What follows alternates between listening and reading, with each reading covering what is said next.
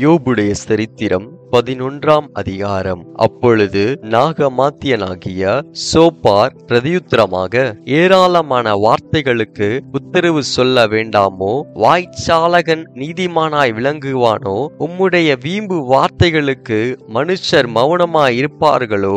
நீர் பரியாசம் பண்ணும்போது ஒருவரும் உம்மை வெட்கப்படுத்த வேண்டாமோ?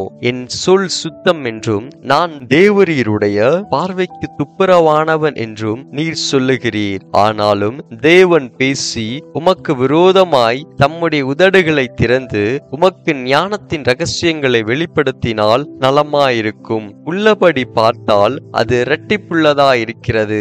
ஆகையால் உம்முடைய அக்கிரமத்திற்கேற்றபடி தேவன் உம்மை தண்டிக்கவில்லை என்று அறிந்து கொள்ளும். தேவனுடைய அந்தரங்க ஞானத்தை நீர் ஆராய்ந்து சர்வ வல்லவருடைய சம்பூரணத்தை நீர் அறியக்கூடுமோ? அது வான பரியந்தம் உயர்ந்தது.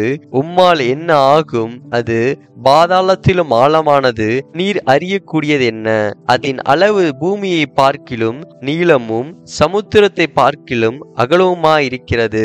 அவர் பிடித்தாலும் அவர் அடைத்தாலும் அவர் நியாயத்தில் கொண்டு வந்து நிறுத்தினாலும் அவரை தடை பண்ணுகிறவன் யார்? மனுஷருடைய மாயத்தை அவர் அறிவார். அக்கிரமத்தை அவர் கண்டும் அதை கவனியாதிருப்பாரோ? புத்தியில்லாத மனுஷன் காட்டு கழுதை குட்டிக்கு ஒப்பாக பிறந்திருந்தாலும் பெருநெஞ்சுள்ளவனாயிருக்கிறான். நீர் உம்முடைய இருதயத்தை ஆயத்தப்படுத்தி உம்முடைய கைகளை அவருக்கு நேராக விரித்தால் நலமாயிருக்கும். உம்முடைய கையிலே அக்கிரமம் இருந்தால் அதை தூரத்தில் அகற்றிவிட்டு அநியாயம் உம்முடைய கூடாரங்களில் வாசமாயிருக்க ஒட்டாதிரும். அப்பொழுது உம்முடைய முகத்தை மாசில்லாமல் ஏறெடுத்து பயப்படாமல் திடன் கொண்டிருப்பீர். அப்பொழுது நீர் வருத்தத்தை மறந்து கடந்து போன தண்ணீரை போல அதை நினைப்பீர். அப்பொழுது உம்முடைய ஆயுசு காலம் பட்ட பகலை பார்க்கிலும் பிரகாசமாயிருக்கும். இருள் அடைந்த நீர் விடியற் காலத்தை போல் இருப்பீர். நம்பிக்கை உண்டாயிருக்கிறதினால் திடனாயிருப்பீர். தோண்டி ஆராய்ந்து சுகமாய் படுத்துக் கொள்வீர். பயப்படுத்துவார் இல்லாமல் நித்திரை செய்வீர். அநேகர் உமது முகத்தை நோக்கி